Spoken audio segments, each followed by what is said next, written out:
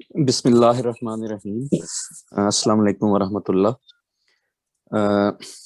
جیسا کہ جو ہمارے ریگولر ویورز ہیں ان کے علم میں ہے کہ نیشنل تبلیغ ڈپارٹمنٹ کی طرف سے یہ پروگرام تبلیغ ٹاک کے نام سے ہر اتوار کو پیش کیا جاتا ہے۔ خدام الانبیاء کا تعاون بھی اس میں ہمیں حاصل ہوتا ہے۔ تو یہ آج کا ہمارا پروگرام اردو زبان میں ہے، اور اسی طرح ایک ہفتہ یہ پروگرام انگلش میں ہوتا ہے اسی موضوع پر، اور ایک ہفتہ یعنی اتوار والے دن وہ اردو زبان میں ہوتا ہے۔